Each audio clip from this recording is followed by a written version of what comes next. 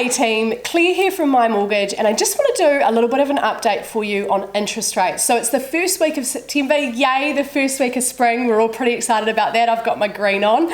But also we're seeing a few drops in rates, and they are considerable in some places. So I just wanted to explain to you what that looks like from the lending perspective. So what we've seen in the last couple of weeks since the OCR drop in August is that the gap is widening between a 6 and a 12-month rate. So whereas back in sort of early to mid-August we sort of had that 685s to 665, now we've kind of got 685 for 6 months and sort of around that 6.29 space for 12 months. So that gap has gotten a lot bigger in the last couple of weeks, and that's starting to frame up some advice conversations that are changing a little bit over that time. So what it means is that there's a little bit more value in a 12-month rate, given that for a 6-month rate to be relevant and the right choice, obviously rates are going to need to track down. And so it's becoming a little bit more likely that that 6-month rate might serve you for maybe 6 to 12 months rather than taking that higher rate that's pretty close still to 7%.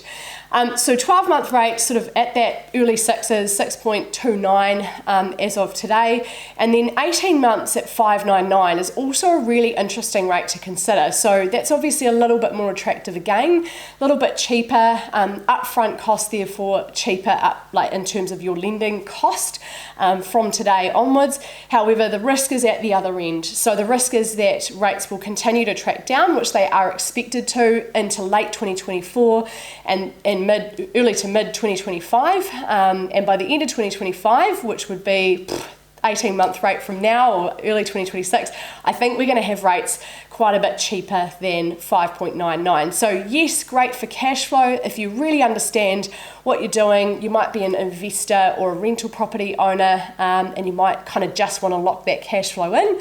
But if you are an owner-occupier, you can handle that slightly higher repayment for now, thinking about sort of 12, maybe 6 months, depending on your situation, is sort of where things are at. So now our advice is being structured a little bit more into that 12-month space, but obviously everybody is different. So if you are settling, your advisor will be chatting with you about that and what's best for you and your situation. And if you're refixing, so your loan is coming up for renewal or your rate is expiring, chat to us about what the best fit is for you and your situation. There might be an option to refinance or restructure to make the most of your equity or your position, or another bank could be a good option for you as well. So make sure you're chatting with us. One of our advisors, myself, Greg, Amber or Adam, can help you with a yarn about what might be best for you and your situation. And we're going to do these rate updates sort of every week to 10 days into Christmas, just to make sure that you're on the button with interest rates and